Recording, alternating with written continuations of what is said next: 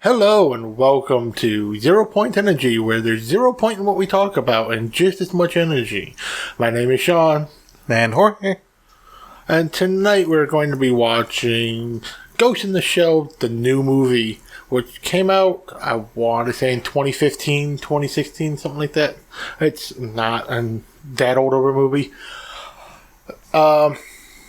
Basically it takes place during or just before the updated show Ghost in the Shell Arise, and it's kind of a prequel to Ghost in the Shell, although it's also an alternate timeline where it's Major Kusanagi basically forming her team, and this movie is pretty much like their first big official mission. And that's where we start. Okay, so I understand that the Major in this movie is one of two forces that are coming in, kind of like in Arise, so I understand that. But the issue I'm having is the Major herself doesn't seem to have any opinion whatsoever. She's just a machine following orders, which makes sense considering her history. The issue I'm having, though, is the fact that it seems like he's trying to interact with her in a flirting way, or it seems like he's trying to tip his his toe in the door, you know? And she's just like, I don't get it, and I'm just going to move on to my mission. Like, is that what I'm interpreting right or wrong? Yes and no. He's a sleazeball politician. He's the son of a major politician who's also in politics himself. So there's a lot of... He's being flirty, but he's also just trying to use charm to disarm her. And that ain't going to work, because she's not human, or, yeah. Well, I mean, she's human to a degree, but she gets focused on the mission, and she doesn't care about what he wants. Like, part of this mission, part of her meeting right now is he's offering her to be able to form her own team within the military, and basically unlimited funding. Like, the dream job is you have no oversight, you respond directly to me, nobody can tell you what to do, and here's a giant pile of money and a bunch of blank checks. Okay, but then we have the other lady who's trying to do the same thing in terms of organizing the information of the new technology, and she's talking with obviously some kind of rich dude who's either a lobbyist or he's a donor and he knows how to get what he wants. That's... it's more she's a lobbyist and he's actually a government official, so she's trying to negotiate something different. They frame the wording as similar because her and the Major are very similar, especially in their... Once they have their goal, they fixate on it. They go for the goal. That's it. They don't care about what's in their way, what's around them, what's happening. If they can complete their goal, they're going to. So, he's trying to be the sleazeball politician too, but he's an older guy. So he's trying to just throw money at her the way, politicians do. And she's not going for that. It's not just pay me and all of a sudden my research says what you want it to. It's, I need money to prove that my research is right, but my research probably is going to go 100% against everything you want. Pay me anyways. Okay then. One interesting thing is this sleazeball politician character, which they haven't said his name yet, so I honestly forgot what his name is. I've seen this movie before. But he basically referred to he trusts the Major and he's going to go with her ghost, her gut instinct. And that's kind of what makes this movie and the Arise series a little bit different from most of the other Ghost in the Shell series, is everyone accepts the concept of ghost in this version. Like, they understand that your digital consciousness is your ghost, but it has its own instincts. Like, your gut feeling is a whisper from your ghost. That is so weird. I mean, because the entire idea of the ghost is like it's your own consciousness within the digital world in the other movies, but then in this one, it's more along the lines of it's the actual pulling of your instincts of who you are. Yes and no. I mean, it's still just a digital manifestation of you. So you still do have that kind of deep question of, is your ghost you, or are you and your ghost you? Is your ghost a part of you, or is it separate? Or is your ghost you? I don't know. I mean, the way you make it sounds like it's separate of you. Some people see it as separate, and like you said, it's a more accepted concept in this version of Ghost in the Shell that it's separate, but it's intertwined with you. Like, you and your ghost your ghost is just a part of you. You don't need it to function because you have a body. Right. But the kind of philosophical question, the who am I question, or what am I question is your ghost your soul? Is your ghost your consciousness? Like, here they see it as your ghost exists separate from your body. Your body can exist, your ghost can exist, but your body is you. The question of who am I, what am I, is, do I need a body? Like, I have a ghost, therefore I am. That is so weird. I always understood it more along the lines of, because you have, like, the major in a cyber body, basically just a human brain in a cyber body, that she's a ghost because she can't feel the same way humans can, and she can't remember what it was like to be a human when she was 8. You know what I mean? Because she was traumatized and no memory from that time, more or less. Yeah, this version goes a little bit more into the fact that she's always had a cyber body, even as a little girl.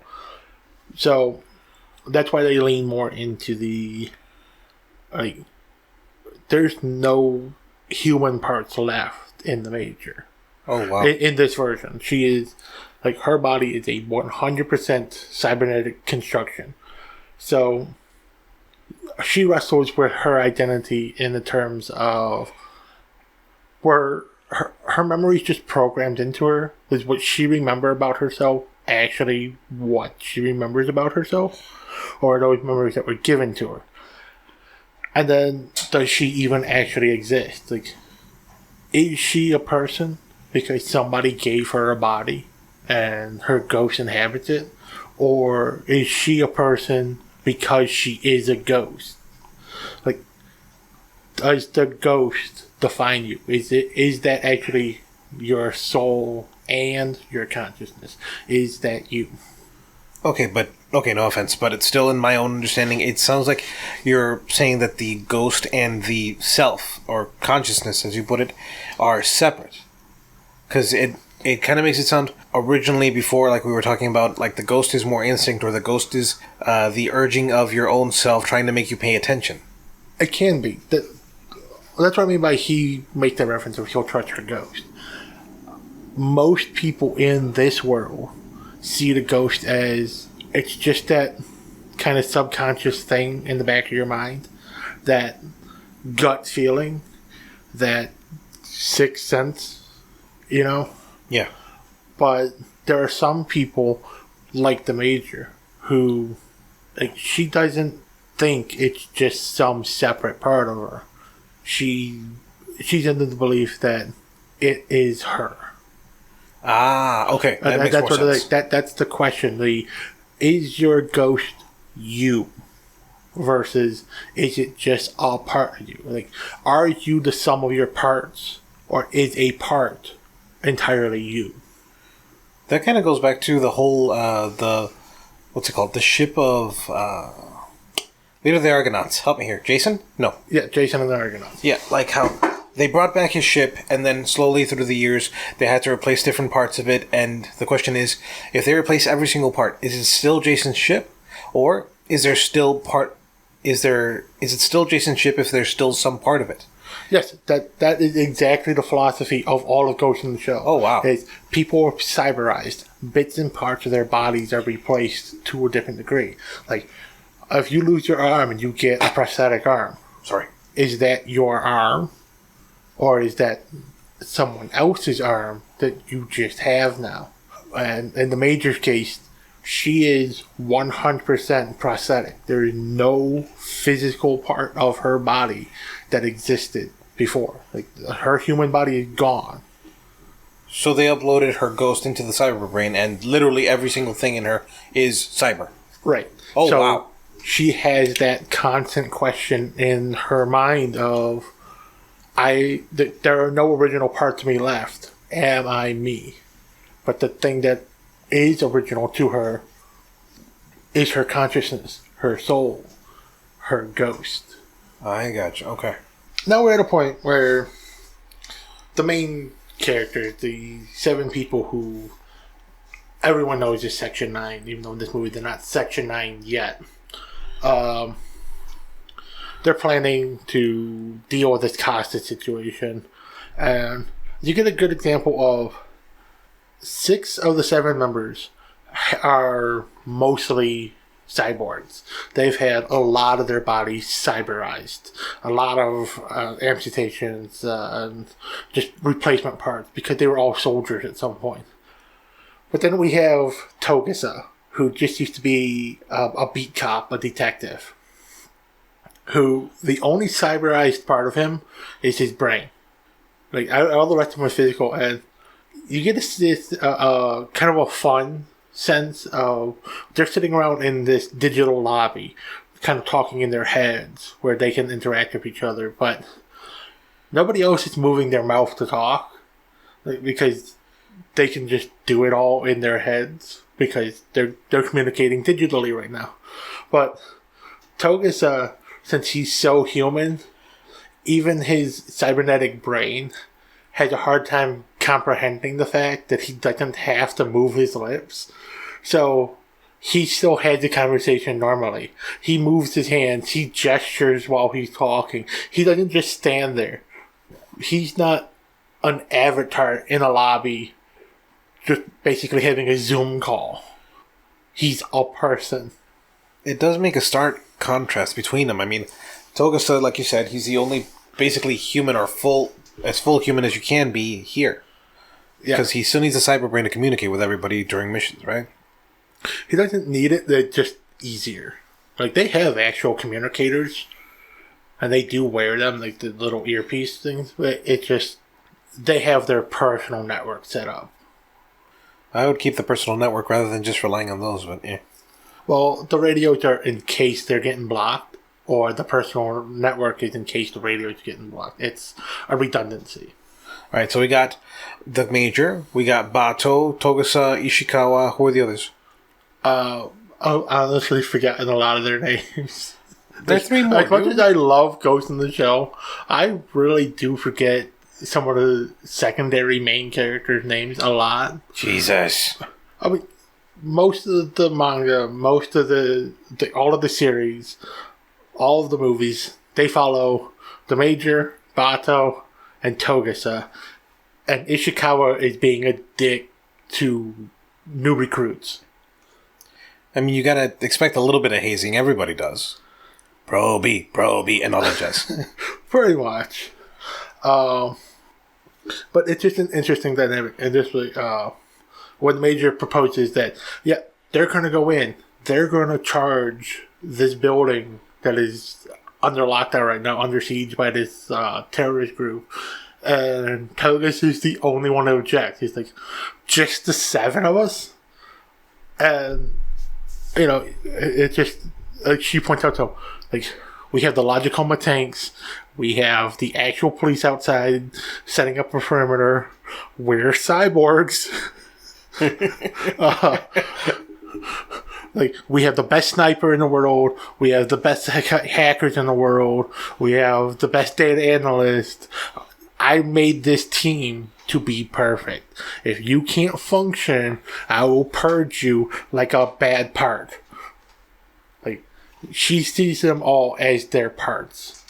and she's she's the head. They're her arms, legs, and body. Yeah, I don't really like all them legs, but okay.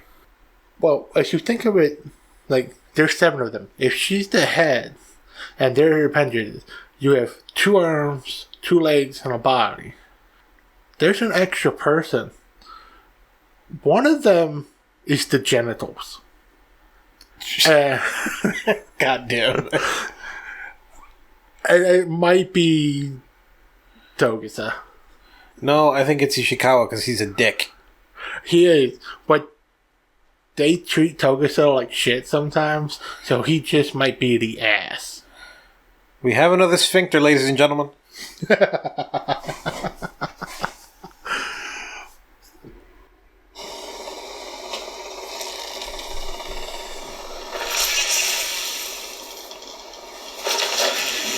Begin domination. Prepare for total domination. Well, she's wearing the right suit for it. It's only skin-tight red latex. Well, we made it to this point where, the Major and her team, her 7-person team, they're basically charging in, taking care of the situation that the police and the government agencies, they haven't been able to do anything with. And the military just didn't want to.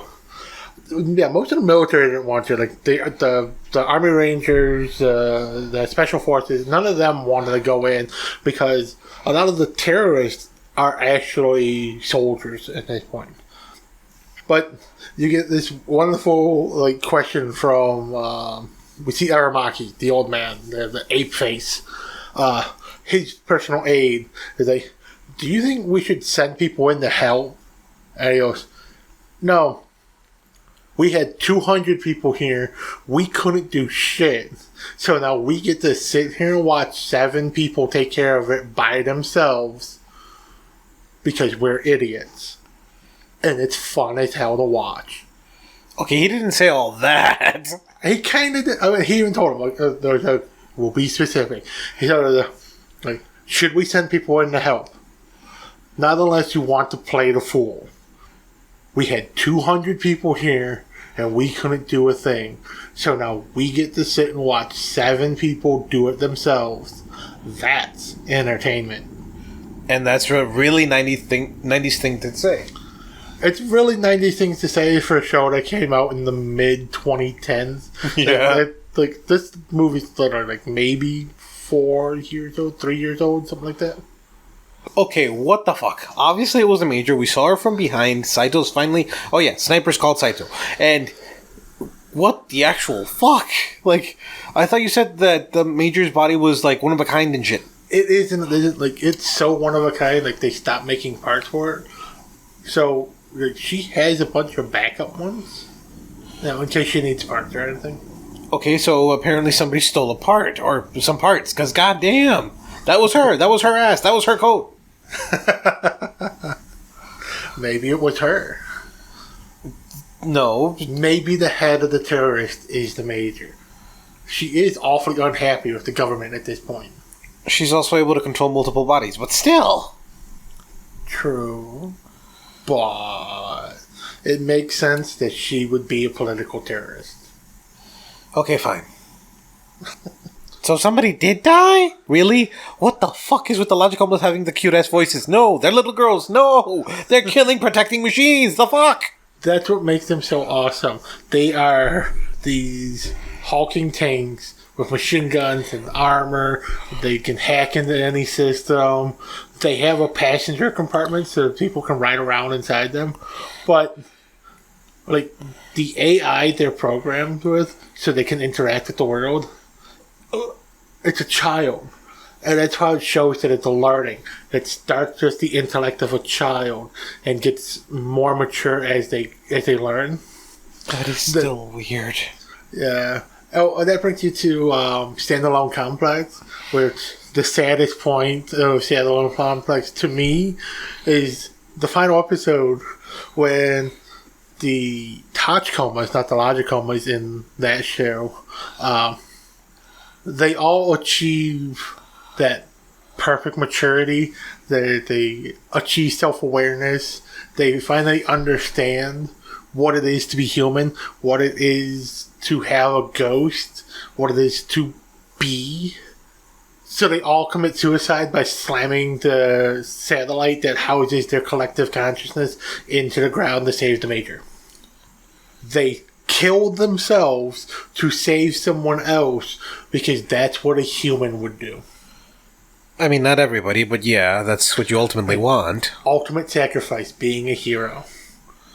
And that's why we celebrate Easter. Because of the ultimate sacrifice. I'm kidding.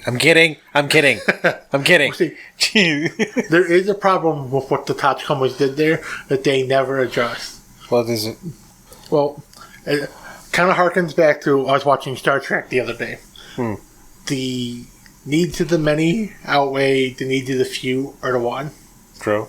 Okay, so a dozen self-aware tanks crashed a nuclear-powered satellite from orbit into the planet to save one person.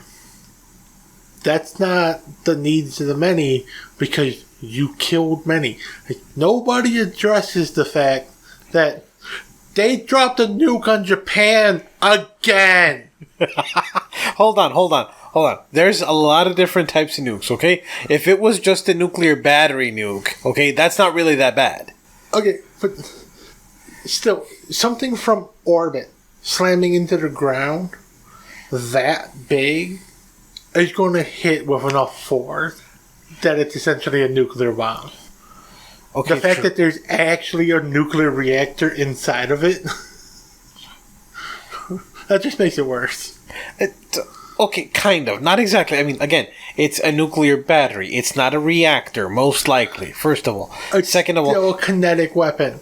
I'm not saying it's not. I'm just saying at least it's not a dirty nuke, is what I'm saying, okay? It could be. We don't know what happened to that reactor after it blew up from hitting the Earth. God damn it. Okay, because nobody addresses it. Okay. Just like Oshii does, okay? Fisheye. Don't focus on over there. Focus over here. Oshii didn't do standalone complex, though. You know he wanted to. He probably did. There's not enough philosophy in standalone complex, though. It's not confusing enough. Yeah, that's why I liked it.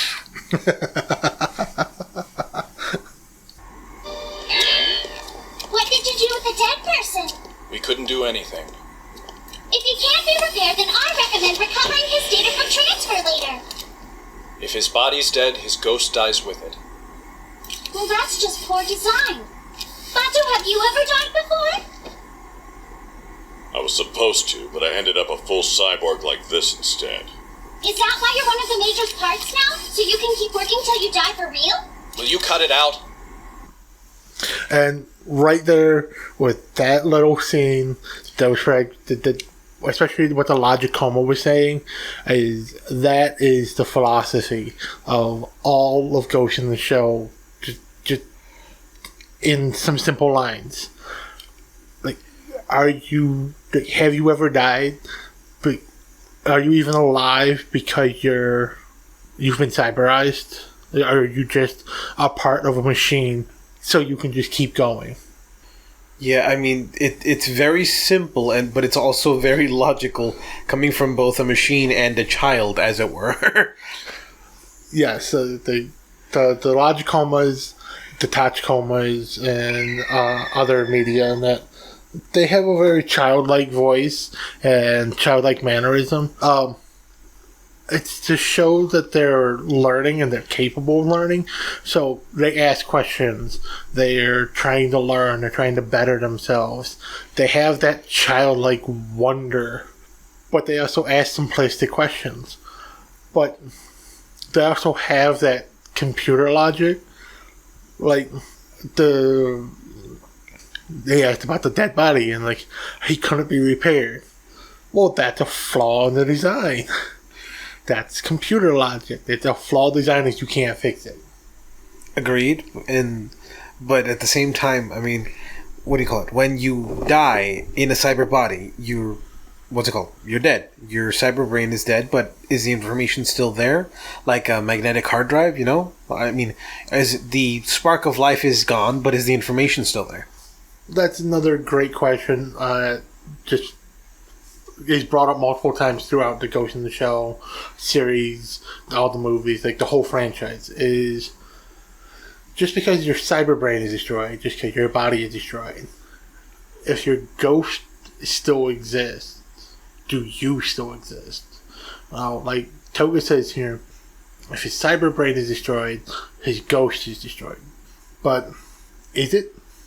So then, if let's say the body's destroyed, but the cyber brain is still possible to extract, you can put it in a new body and they're alive again, quote unquote.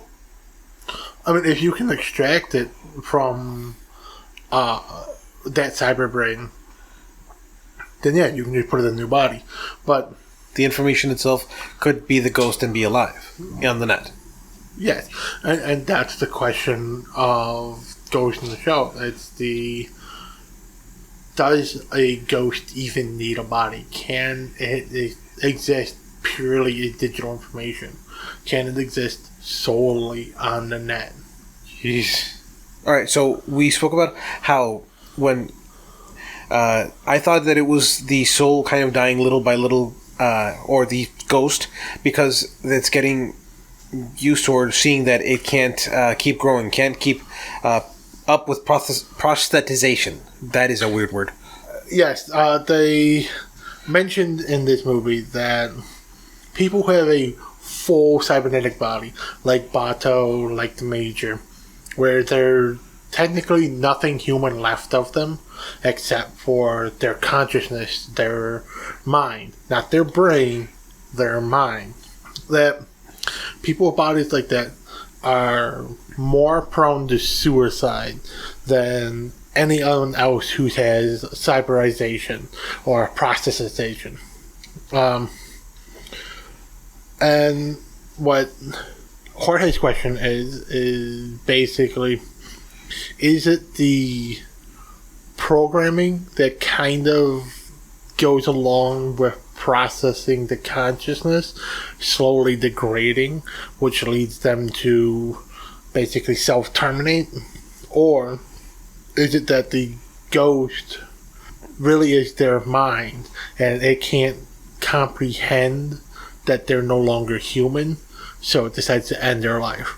Like, when they realize that their bodies are 100% robotic, cybernetic, like there's nothing organic left to them, are they still themselves? And if they're not themselves, why do they exist? So they kill themselves. Like, it kind of reminds me of the whole idea behind vampires. They're dead, and their minds don't realize it. In order to keep them still alive or thinking that they are alive, they need the blood to fool their brain, you know? Or even in Ghost in the Shell 1, where the Major goes with, what's it called? The Puppet Master, right? Yes. Yeah, Puppet Master. We had an argument about this where they fused, or I argue that they fused and became something new. You think that it was still the Major. Well, it's not separately. What I think is that's literally the argument of the ending of that movie. It's, did they fuse to become a better entity that exists solely on the net? Or did the Major realize that she doesn't need the physical body?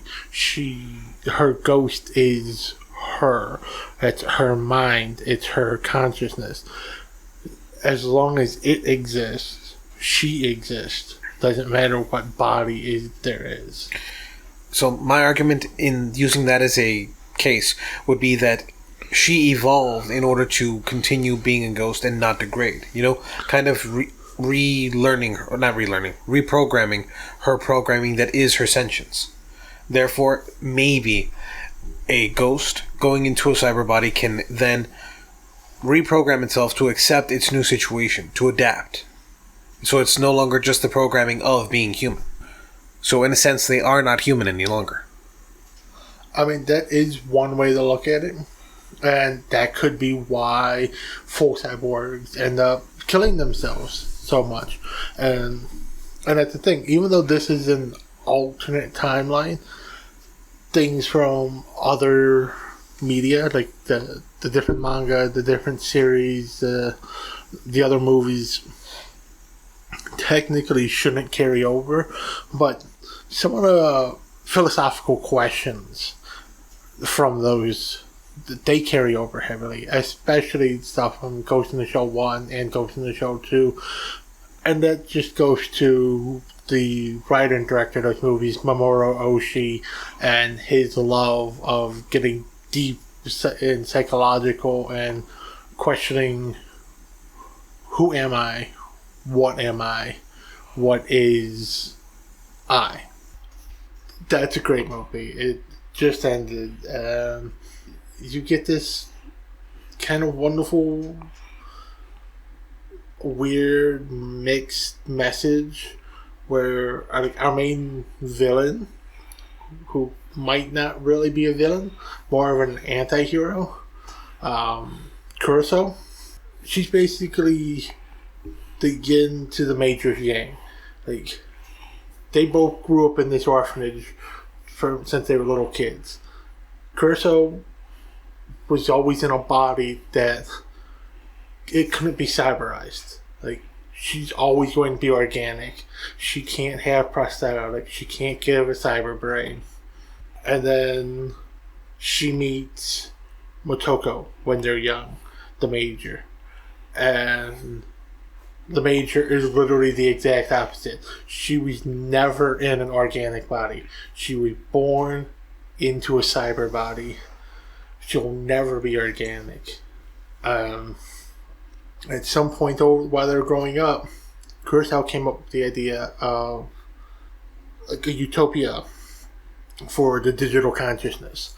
Because she found out that basically this world, for cyber bodies, all the manufacturers, they kind of use the Apple model of how you build machinery, where you are forced to upgrade every so often, or you basically just get bricked and your technology becomes useless. Except in this case, it means people die.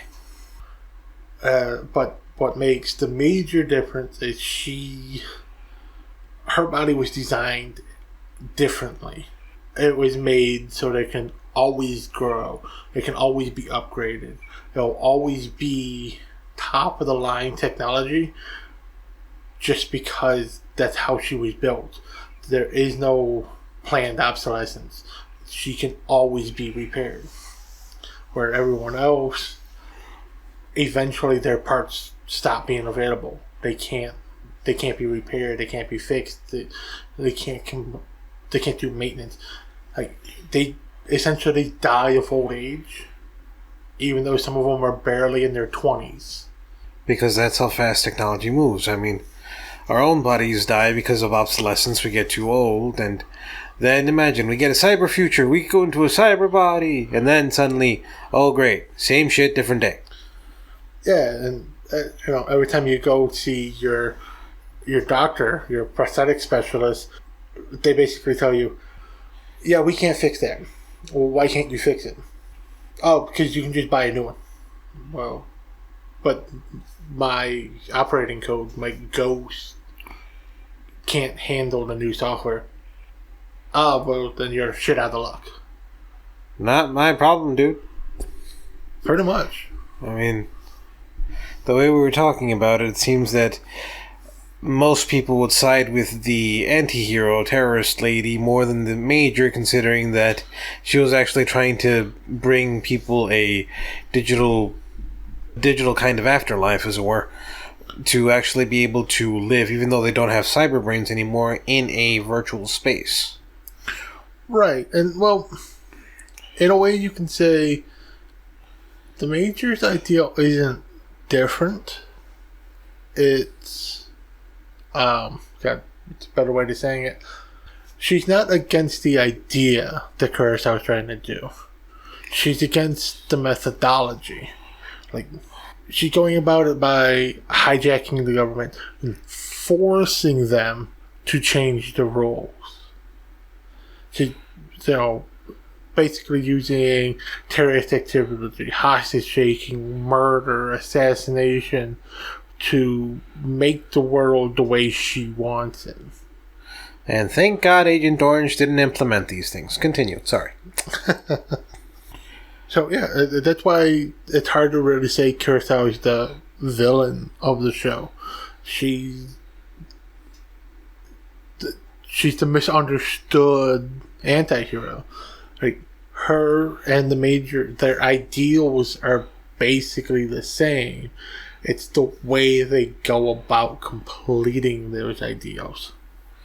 But even in the rest of, as far as I've seen of Ghost in the Shell, like, it still continues. There are people who are still losing parts. They can't continue. Hell, we even saw 2 representations of people who were people, and now they're stuck in cyber bodies that are not human at all. They look like robots, literally. Yeah, but some of them chose that, and if you choose to be cyberized, then that makes sense. Like, your human body's failing, your organic bits are failing, so you have to replace them with cybernetics. Eventually, you go full body, replace everything. Now, you could keep making yourself look human, like you've always looked. But if you do a specific job that being human would actually make that harder to do, wouldn't you instead have prosthetics, parts put on you that make it easier to do your job? All I know is I want me some cybernetic knees right now. Me too. Arthritis is a bitch. Agreed. That's right, people. We're old. You're gonna be old too. Suck it. No. Yes. But we also close with them going back to the orphanage. And you see the orphans at the end. They're talking to the Major and basically begging her, like, take us with you. What are we supposed to do now? Like, what's our place in life? And she tells them like, do you want to sell your ghost, your soul, to the government? Do you want to become just parts of the machine? Do you want to be controlled forever? Or do you follow your ghost? Do you do what you want to do? Be you. Like, your body, your parts, they don't matter. You have a ghost. Follow it. Use it. Your mind, your essence, the things that make you, you, doesn't matter in your physical form. You can just be you, do you. But the only way to do that is to go out and do it. Stop asking other people what your place is. That's right, ladies and gentlemen. Just like our friend Shia LaBeouf, do it. Just do it. I mean, yes, no, but yes. And yet no. No. Take 2 steps forward. Don't take any steps back. Make your choice. Stick with it. Right. Just be you. Accept what comes. You are the harbinger of your own future. It just, you just keep going. You find what you want to do with your life, and you just do it. You do whatever you can to make the world better. Don't just be a cog in the machine. Even a part of you is a machine, not all of you. There's still part of you that is and wants to be human. Yeah, your essence, your soul, your ghost, it's you. It is your humanity, at least from the Major's point of view. So use your ghost to make you happy. If you can, make others happy. Make your world a better place.